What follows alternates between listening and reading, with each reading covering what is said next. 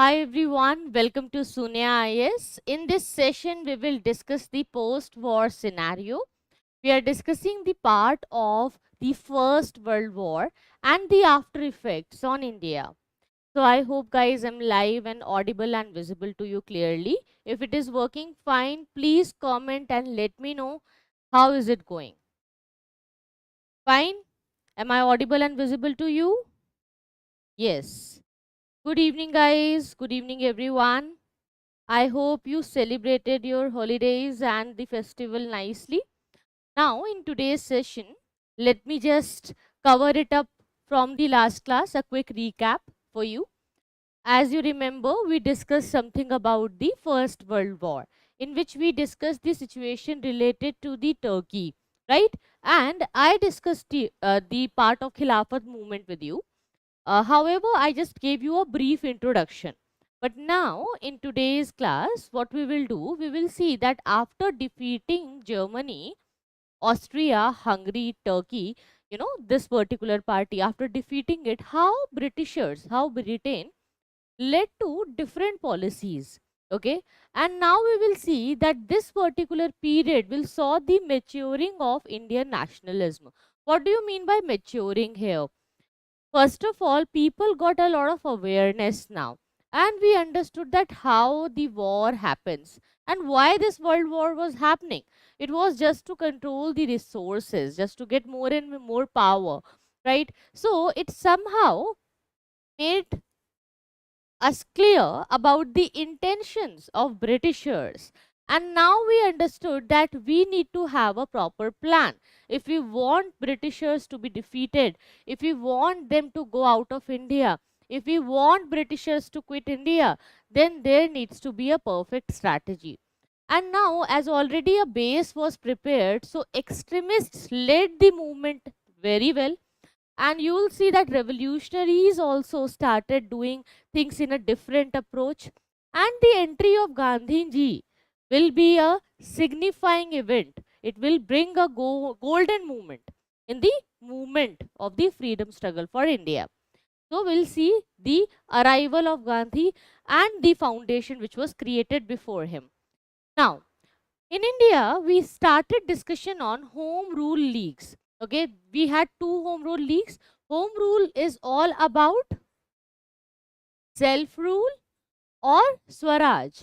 Okay, so we are more firm about Swaraj now. I hope you understood about Swaraj. In case you have any doubts, you can discuss that with me before I start. I can see one question by Neha. Good evening, ma'am. Good evening, Neha. I have some doubt. First, did the Britishers force Ranjit Singh to surrender? And ma'am, please explain the moderates and extremists view. Yes. Let me just come to it, Neha. First of all, yes, they used to do it. And somehow, see, basically, it is all about their pressure policies only. But they used to follow everything in a formidable manner. They never used to do things in a verbal language. Okay, they had their own official format to be followed. So they used to follow things as a paperwork. Yes, they used to, ask everything to do something. And what you read in books or what we discuss today, it is something which is just 1% of that Indian movement. Okay. Now you need to understand that there are so many datas and informations not discussed and shared with the books.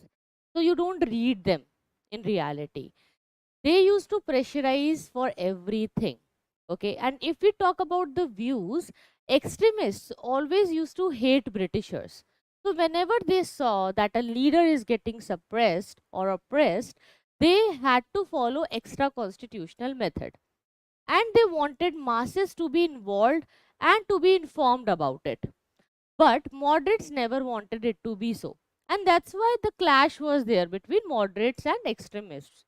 Right? I hope you understood the clash. And that's why the Surat split happened. But we will see later, moderates will also understand that extremists are really nice and fine about their approach, and they both will come together. These two parts will come together, and somehow they will create a good balance, a balance between the moderates and extremists. Okay, and you'll see that balance now. Don't worry. If you have any other doubts, please let me know.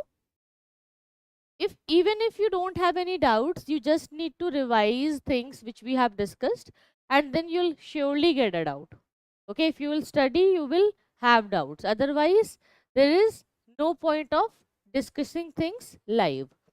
Now, come to the topic again.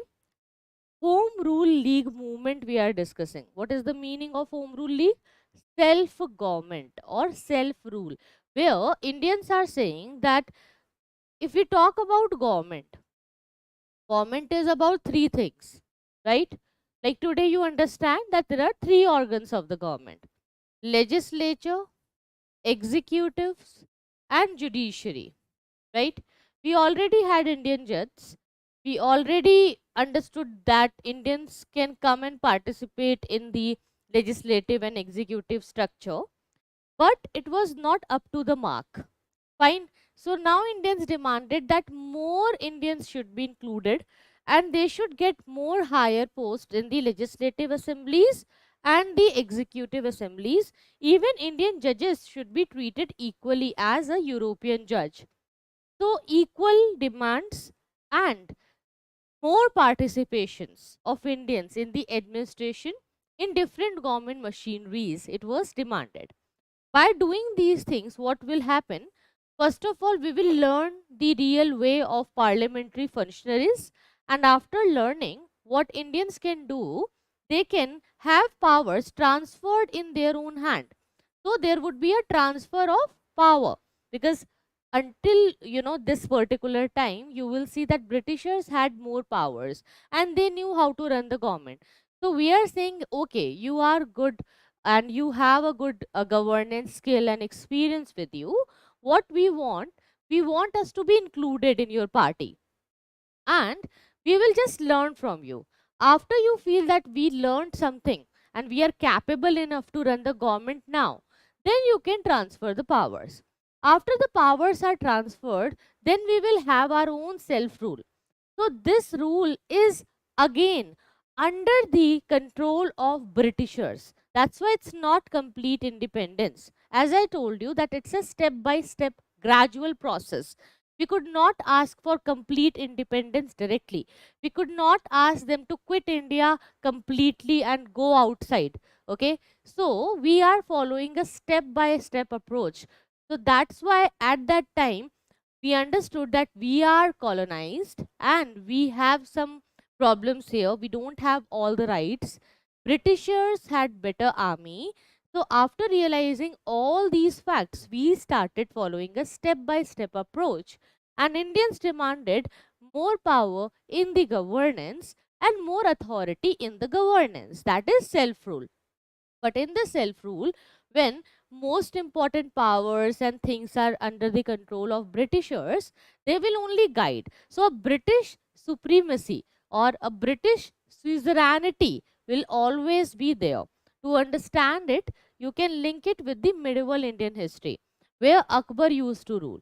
So, in the medieval times, when you talk about the Mughal history, there Akbar he did something with Rajputs and so many other regional kingdoms.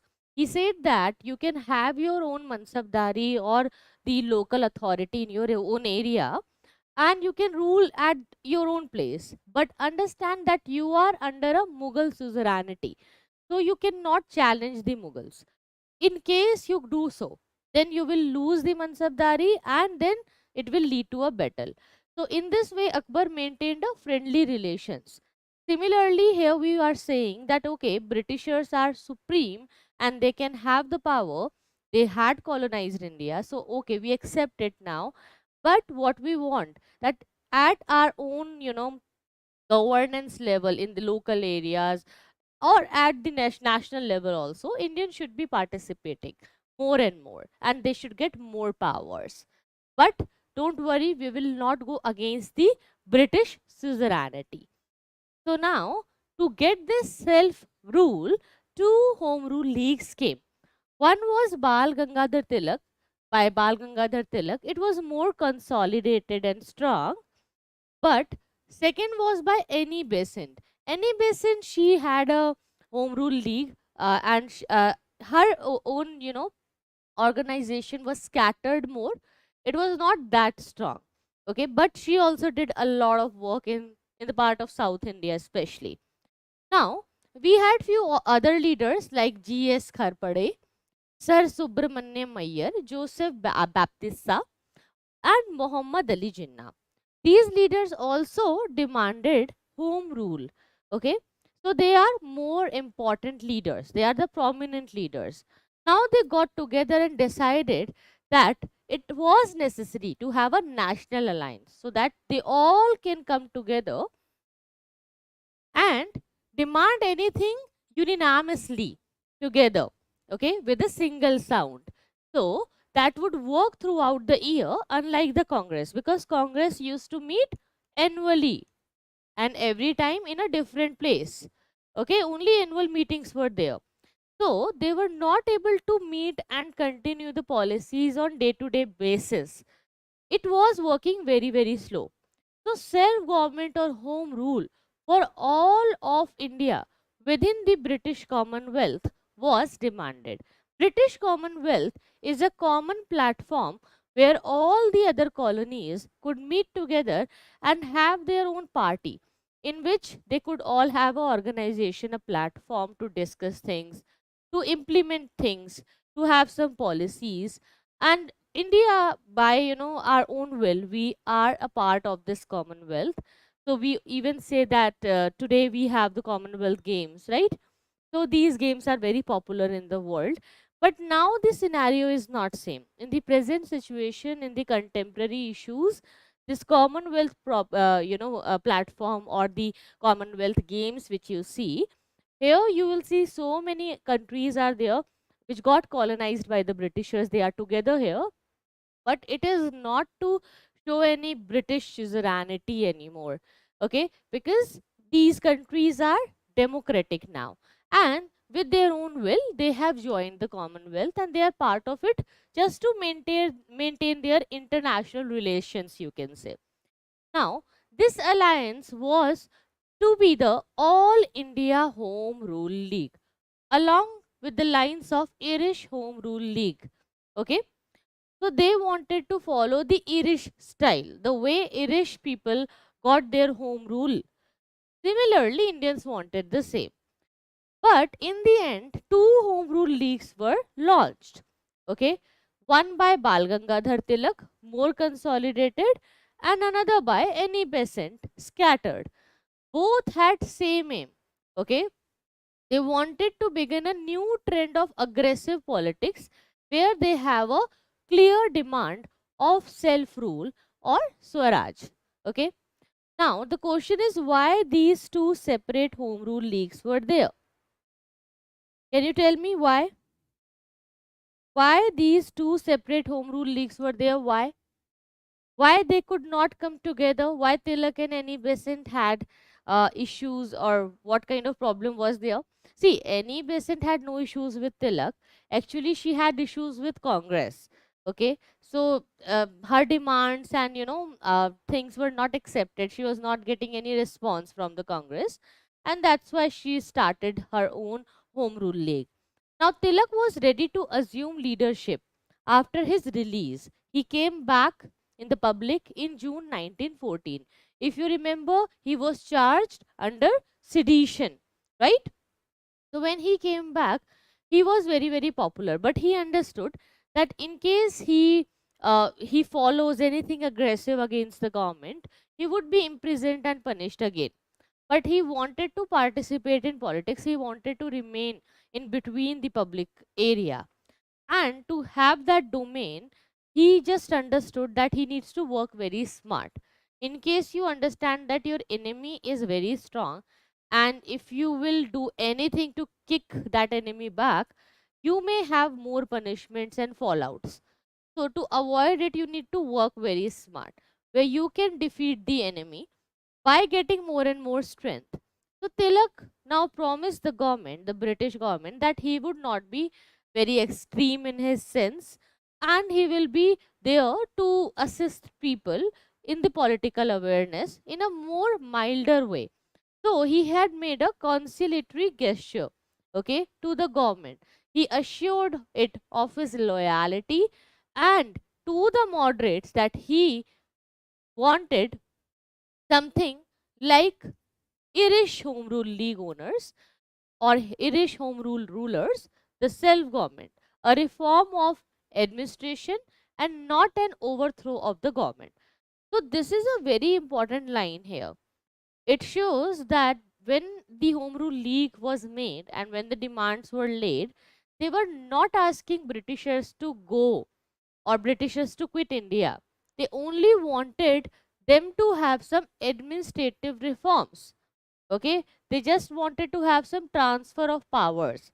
Now, Annie Besant, the Irish theosophist based in India since 1896, she was an Irish woman, theosophist, okay, and she decided to enlarge the sphere of her activities in India.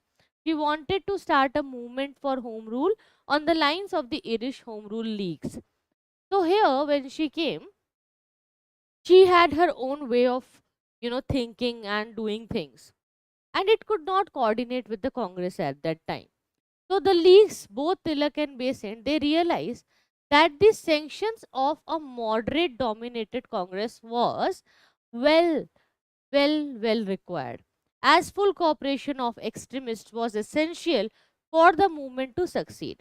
They knew that if they want to continue this Home Rule League movement and if they want to get any kind of success, it is important that they get a good kind of permission from the moderate leaders, because moderates used to dominate the Congress, and the ways should not be challenged by extremist leaders also. It should be a very balanced approach. Now they started waiting for the sanction of moderates. Okay. Now, having failed at 1914 session of the Congress to reach a moderate extremist reapproachment, Tilak and Besant now decided to revive the political activity on their own, because they understood that there is no reapproachment and extremists and moderates are not coming together. By early 1915, Henny Besant had launched a campaign. Okay, in 1915, she started the demand of self-government of India after the war on the lines of white colonies. White colonies means other colonies, okay, other European colonies.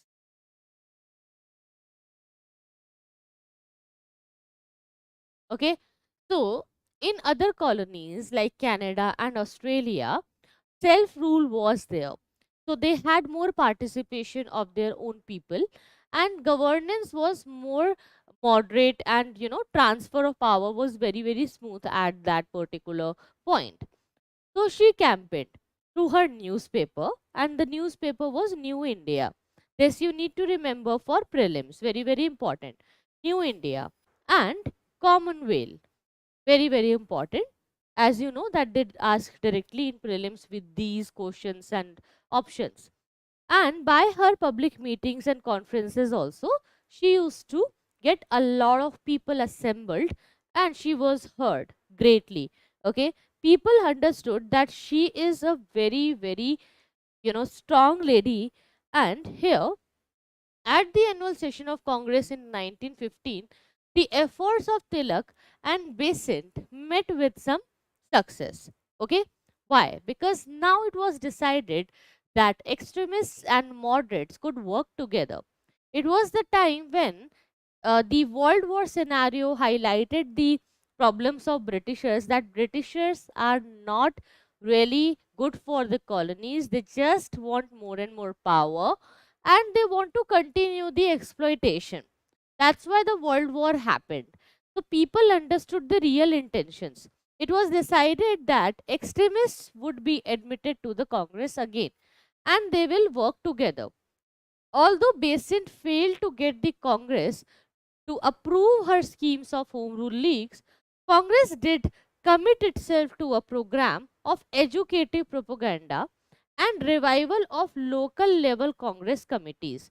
So they wanted to revive their local Congress committees, and they wanted to educate people. Educate means politically educating people. Political education, civil education, and national education. a feeling of nationalism, a patriotic feeling should be highlighted more. So, not willing to wait for too long. Annie Besant, she had her own views. She was waiting for the response.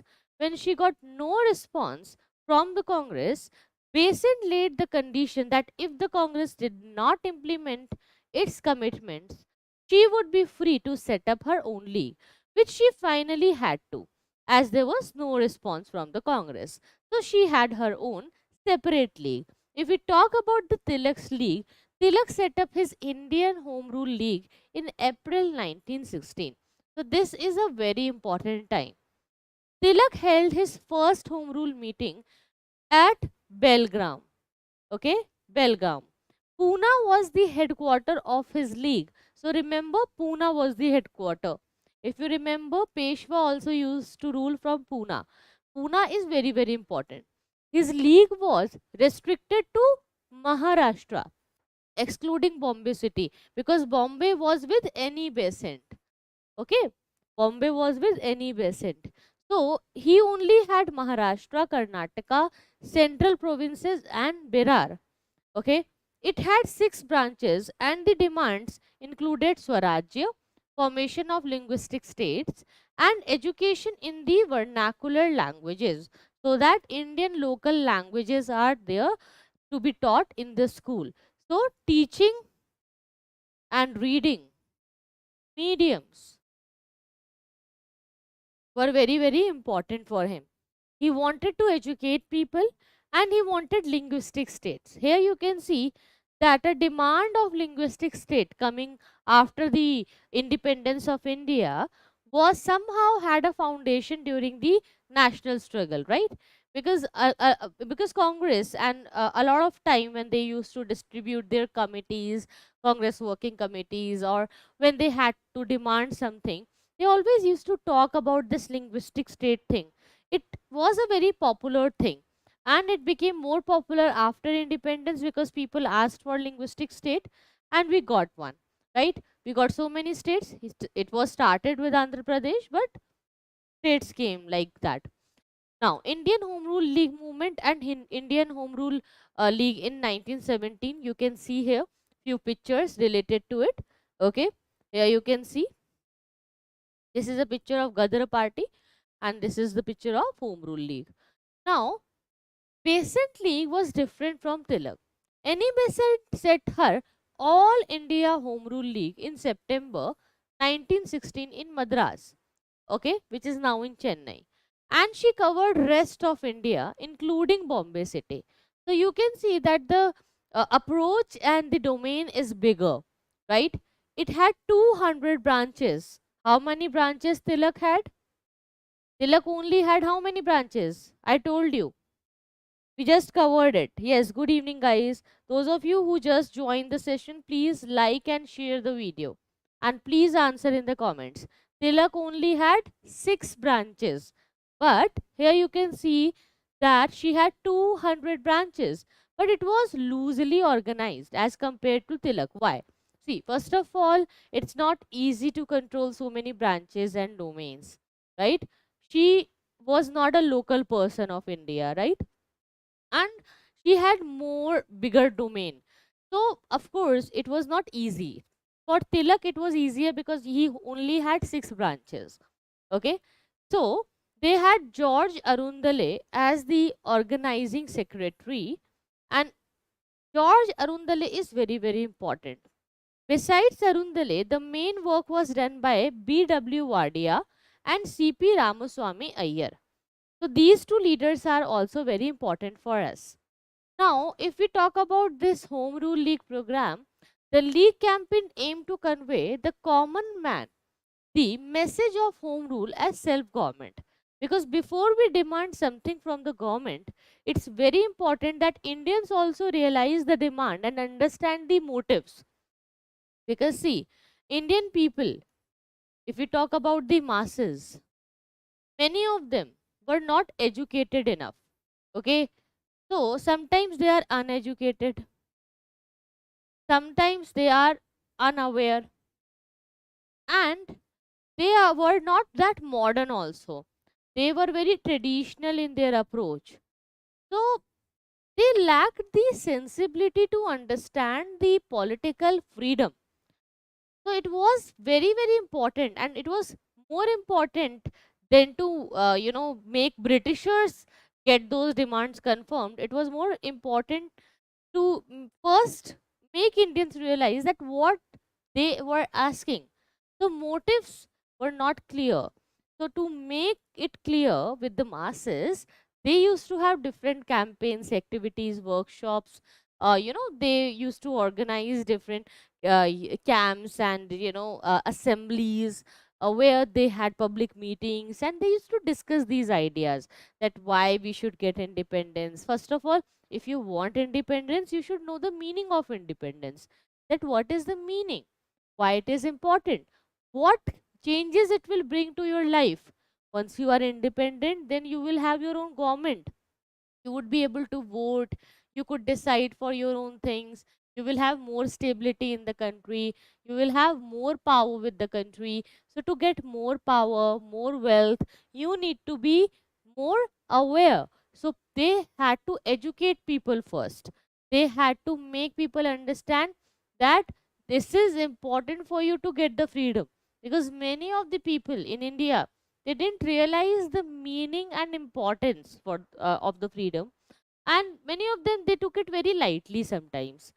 So now by doing it, they had a clear message conveyed among the common masses or common men to understand the importance and the meaning. It carried a much wider appeal than the earlier mobilizations. So you will say that it was already done by the extremist leaders and so many other Congress leaders. So how they are different? See, they had a wider appeal. Now they started approaching people in a different way. First of all, they are very secular in their behavior. Okay, and they also attracted the politically backward regions. Okay, means they were not focusing only on a particular section or a religion or a class or a region. No, they used to focus on each and every area. They went to the backward regions of Gujarat, they went to the backward regions of Sindh, and they reached to many other villages and wanted to strengthen things locally. So they wanted more deep roots, so they had a deeper connection with the people with deeper roots. Okay, now by doing all these things, Indians understood that yes, they need independence and they had to get some self rule, they had to get some power and authority in the government. By that time, Russian Revolution of 1917 happened, which ended the monarchy in Russia. Basically, if you read the Russian Revolution, it is in two parts. Okay, starting from the February Revolution, ending with the October Revolution. So, in the February Revolution, people just wanted to remove the Tsar, and Tsar was the ruler. Okay, so to end the monarchy, people wanted to end the monarchy and have a parliamentary system of government where socialism could be there.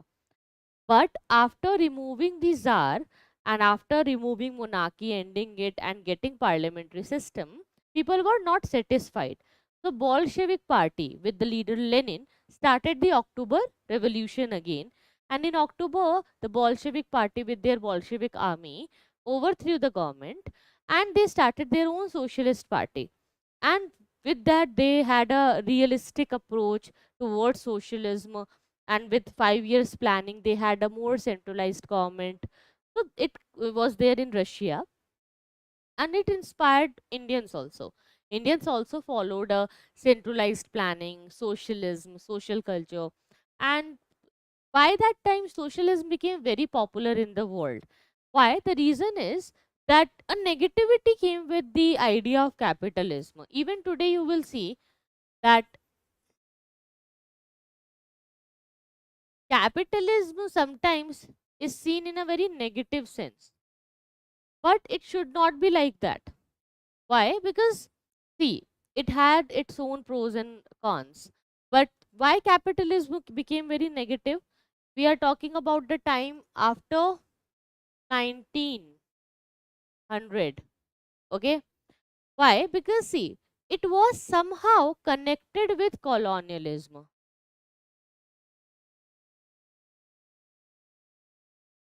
Okay, it was connected with colonialism. Why? Using capitalism to create colonialism is wrong. Capitalism is just a economic approach where market can have the economic rights, where everything is dependent on demand and supply circulation, and it is very good in its behavior when we talk about profit. So profit, price, power, so many importance for the talent and developments are linked with capitalism, which is very very important. But when it came with colonialism, because people who got the capitalist approach in Britain and other parts of Europe to get raw material and market to grow their capitalistic behavior, they started colonizing. And colonialism is very much equivalent to exploitation. So many of the countries in Asia, like India, they were exploited. So after getting exploited again and again with so many years, they had a negative approach towards capitalism. They thought that it is just because of rich people who are already owners, business owners. They misuse the labor. They somehow exploit their laborers. They do cost cutting to get more profit. And to get their profit, they are exploiting us. That's why it is wrong. We should not follow capitalism. We should follow socialism. Why? Because socialism is more welfare.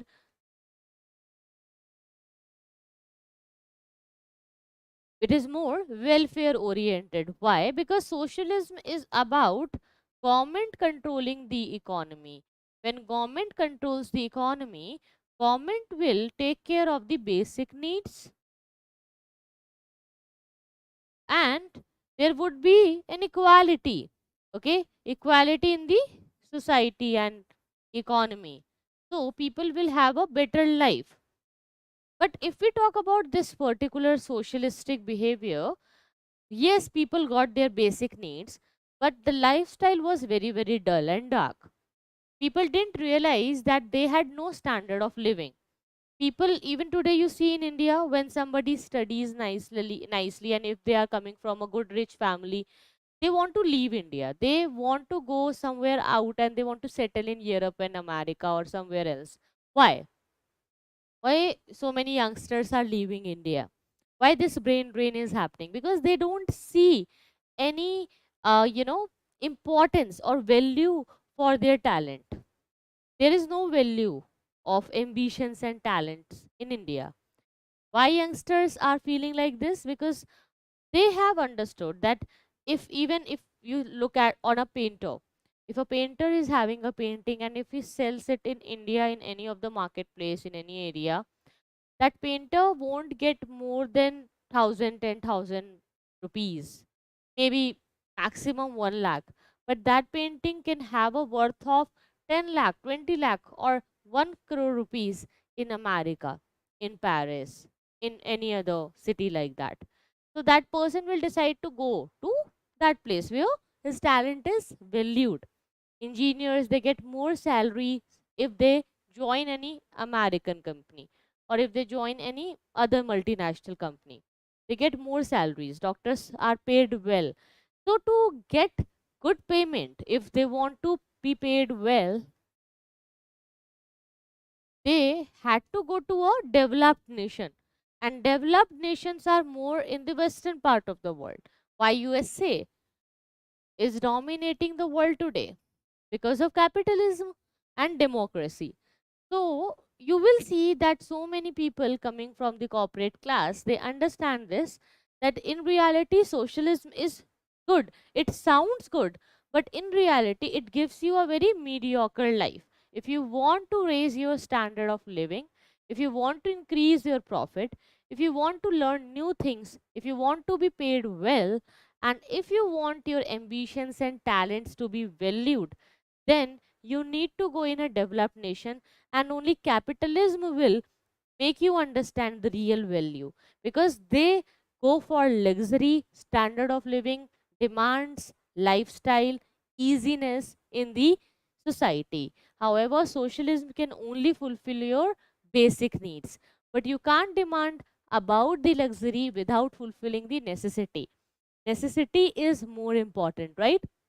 Once you take care of your necessities, then only you can talk about luxury, right? This is capitalism can give you luxury, okay, but socialism can focus on your necessities. So Indians at that time, they had more basic problems. They were demanding their basic needs to be fulfilled because poverty was very, very high. And whenever the poverty is higher in a country, they will always follow socialism. People who are poor, they will only talk about basic needs. Go and meet and talk to a poor person, any person nearby you. Talk to a poor person, okay, and discuss what they want. They will say that we just want simple food, shelter, clothing. If we can get a good job, a secured job, then it would be great. It would be a life changing thing that we will have a good amount of, money in our hand, a fine salary, a regular payment is enough for us. We will be blessed enough to get this. This is their dream, okay. They won't ask you that we want luxury cars, we want luxury houses, we want luxury clothes, we want big brands, big market, big advertisement, big profit, power. No. Why? Because when people are poor, when they don't have basic needs fulfilled in their life, they will only like a socialistic government where government can control the things and can distribute the things equally among everyone. This problem was there in India also. We had poverty at a very high scale, and that's why you will see, and it will be, this approach will be from 1900 to, it will be on peak during the 1970s. It will be at its peak. Even after independence, you will see that socialism will be more valued and will have more support in India. Why? Because in 1970s, you see that when Indira Gandhi will start her campaign, she will only give a small slogan, Garibi Hatao. Okay, that Nara of Garibi Hatao, that slogan, made her win the election. Why? Because poverty was so high that even if somebody is saying Garibi Hatao, it was very sensitive and it was very much connecting to the masses. That's why. Okay.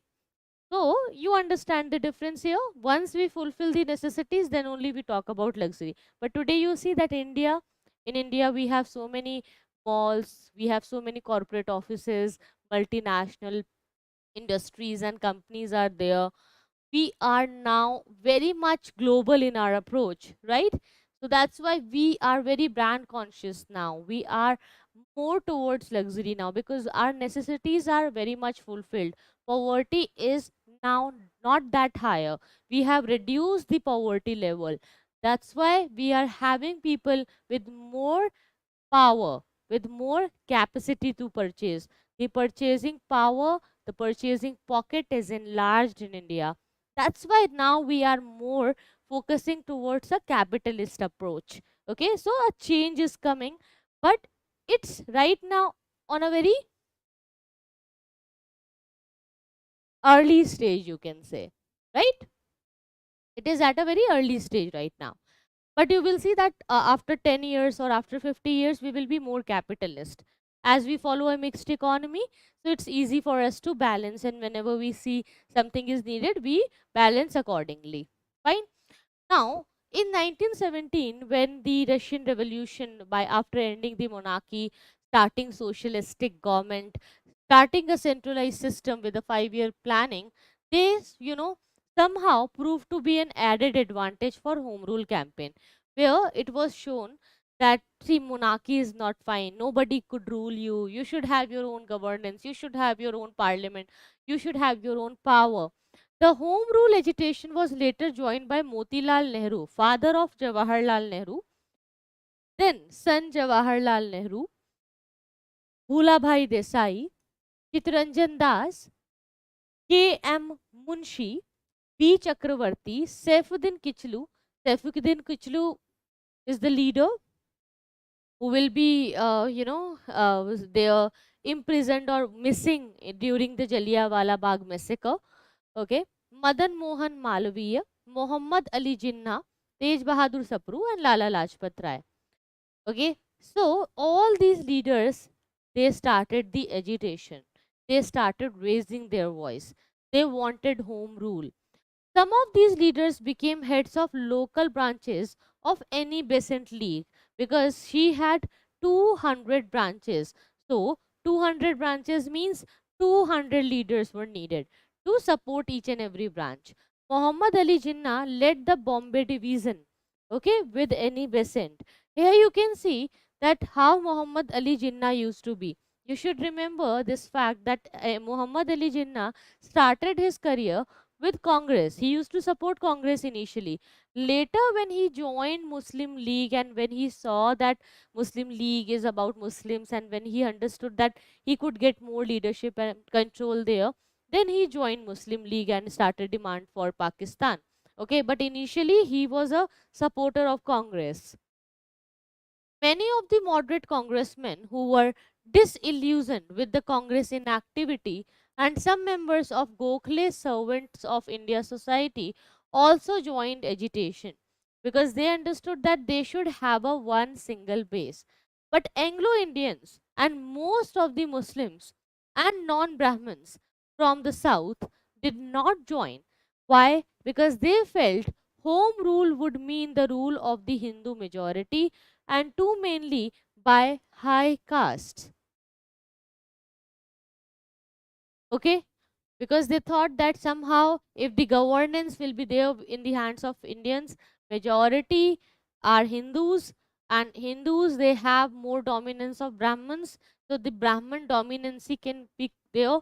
So many of the non-Brahman people coming from lower classes or castes, they didn't accept this idea. Anglo Indians, of course, because they had a European connection, they had a British connection, English connection by blood, so that's why they never joined the Home Rule League.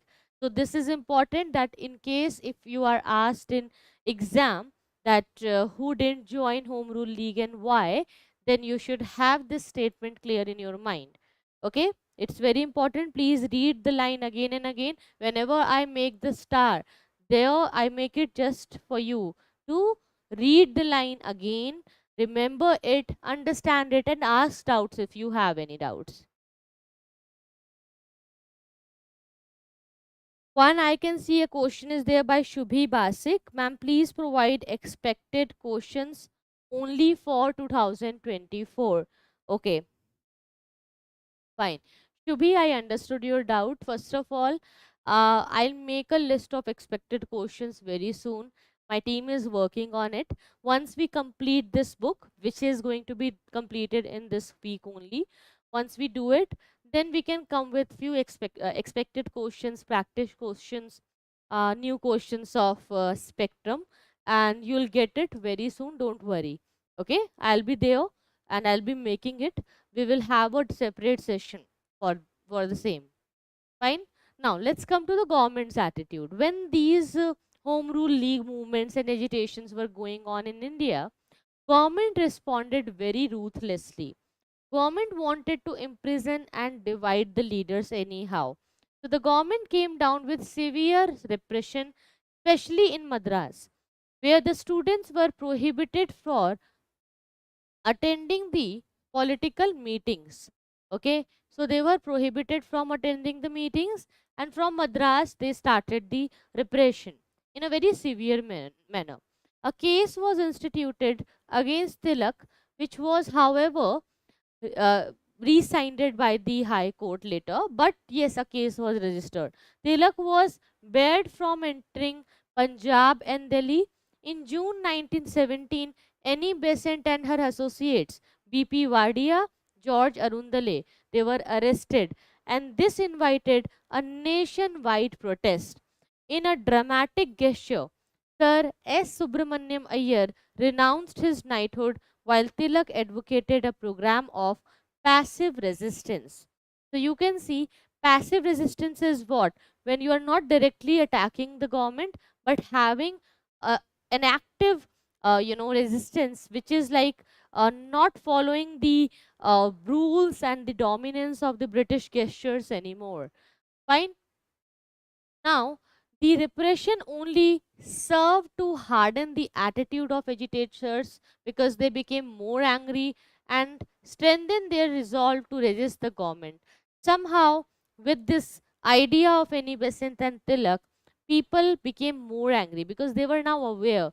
So, when they saw their leaders getting imprisoned and fighting cases like this, now people, they were very much eager to get self rule, and it was somehow raised by Gandhiji. When Gandhiji will come, he will, hold this high level of energy and consolidate it in a very synergized manner. Montagu was the Secretary of State for India at that time, and we will talk about Montagu-Chelmsford reform, which will come in 1919. But before Montagu-Chelmsford reform, Montagu, the SOS, commented that Shiva cut his wife into 52 pieces, only to discover that he had 52 wives. It means what? It means that you guys are just wasting your time. Okay? You guys are just wasting your time, and you will see that ultimately you will get nothing. Fine. So don't just follow this mindset to have this resistance against the government, because by having so many branches again and again, if you feel like you'll be able to have the self rule, and if you'll be able to run the government, then that is just a myth. So this is what happens with the government of India when it interns Mrs. Besant. So that's the statement which shows how Britishers used to hate our leaders. Annie Besant was released in September 1917, and when she was released, she now understood that Gandhiji is in the picture now, because 1917 is the time when Gandhiji will be very active. But we will come to Gandhiji, but understand why this home rule movement faded out by 1919. First of all, 1919 is the date of Montagu-Chelmsford reform also, where a bicameral legislation is going to be there. Division of power, unionist, federalist would be made, and you'll also see that we will have different kind of separations in the powers. Very long discussion is going to be there on the Montagu-Chelmsford reform. But first, let's understand why this movement was faded. So the home rule agitation proved to be short-lived. Why? Because by 1919 it had petered out. The reasons for the decline: first, there was lack of effective organization. Any Besant's league with 200 branches was not easy to be controlled and managed. Communal riots were witnessed during 1917 to 18. Moderates who had joined the Congress after Annie Besant's arrest were pacified by the talk of reform contained in Montagu's statement, August 1917, which held self government as the long term goal of the British rule in India, and Besant's release. So, somehow, when Besant came out, and when this understood that Montagu is now taking care of self rule as a goal, so yes, they may get something. So they were somehow very much pacified. Talk of passive resistance by extremists kept the moderates away from activity from September 1918 onwards. Why? Because again you will see that moderates had a very mild approach. They wanted to follow things in a very mild manner. The movement shifted the emphasis from the educated elite to the masses. So, this is something where you see that common public came here. But masses, the crowd will have no face. And it permanently deflected the movement from the course mapping by the moderates. Moderates, who never understood the power of masses, they were like, why are we doing so?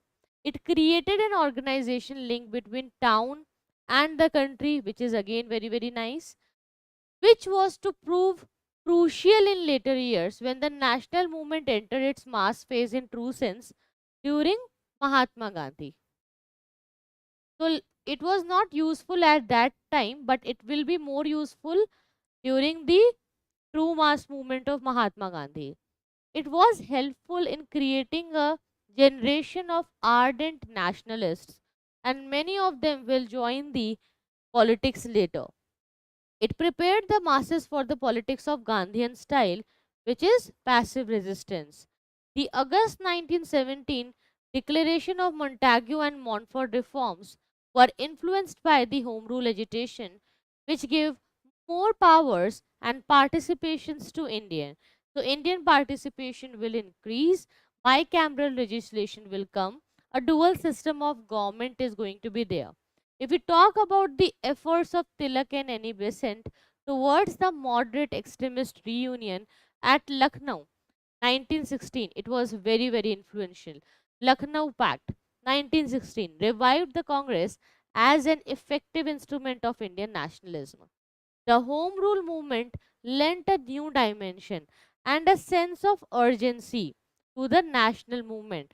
Somehow, a sense of urgency came. It is very, very important. See, sometimes you know that you need to study, but once you get the UPSC notification or once you receive the admit card, you get a sense of urgency that this is a high time now. I need to work. I need to, work harder and study more. So, this approach is very, very common in all of us. Sometimes, what we do, we delay the things, we take things lightly, we have a process of procrastination in our mind, we don't take things seriously until unless it becomes very, you know, highly important or which becomes very crucial sometimes. So, a dead end, when the dead end is near, then people understand the sense of urgency. So, yes, it was very, very important. It gave a new dimension and a sense of urgency. Lucknow Pact between Congress and Muslim League was there, where Muslim League decided to have a same face with the Congress so that they could have their own demands understood and demanded at a approach where government can understand, because Congress and most Muslim League leaders, they also understood that somehow with their differential approach and with their differences, they won't be able to get anything. Government will only decline the demands and government will only partially accept things, which will lead to no happiness and no gain. So it was a significant development to take place at Lucknow. It was coming together of the Muslim League and Congress and the presentation of common demands by them to the government, which will create less confusion and a consolidated approach where it would ensure that Indians are together now and there would be no communal politics. So this happened at the time when Muslim League, now dominated by younger militant nationalists, which is very, very important. These younger militant nationalists, they were very secular in their behavior. Okay, was coming closer to the Congress objectives and turning increasingly anti-imperialist. So these people, these leaders, when they came together, a high level of energy was there when Lucknow Pact was signed. Okay, now why there was a change in the league's attitude? We will see. As I told you, the entire scenario of Turkey, right? So there were many reasons for the shift of the league's position. First, Britishers' refusal to help Turkey. Okay, Turkey was ruled by Khalifa, who was a Muslim leader who claimed religio-political leadership of all Muslims. So all Muslims in world used to worship Khalifa, and they thought that, somehow Khalifa was like a main leader for them. So all the Muslims after the defeat of Turkey in the First World War were very, very unhappy. So Indian Muslims also became unhappy and they were upset about the approach and harsh and humiliating policies by the Britishers towards Khalifa, because Khalifa was not having more political powers and rights and claims now. So Muslims started Khilafat movement in India, and Gandhi ji used this Khilafat movement to make Hindus join it and made it a non-cooperation movement at a national level later. So just understand here, Britain refusal to help Turkey in its wars in the Balkans and with the Italy during 1911 angered the Muslims. So Muslims were already angry, and after the humiliating treaty, they became more angry once the World War will end. Annulment of partition of Bengal in 1911, Muslims will be very upset because they thought that the partition of Bengal is giving them a separate capital, Dhaka, but it was now taken away. So in 1911, the partition was cancelled. The refusal of the British government in India to set up a university at Aligarh with powers affiliated to colleges all over India also alienated some Muslims somehow. So Muslims were now very, very angry. Okay, Aligarh University has had no powers to affiliate colleges all over India. So you can understand that it will be having no sense in reality. So Muslims, however, they understood that, they are sidelined, they are marginalized. When they understood and realized it in the eyes of Britishers, they became very angry, and it led to the Lucknow Pact, and it led to the unification again.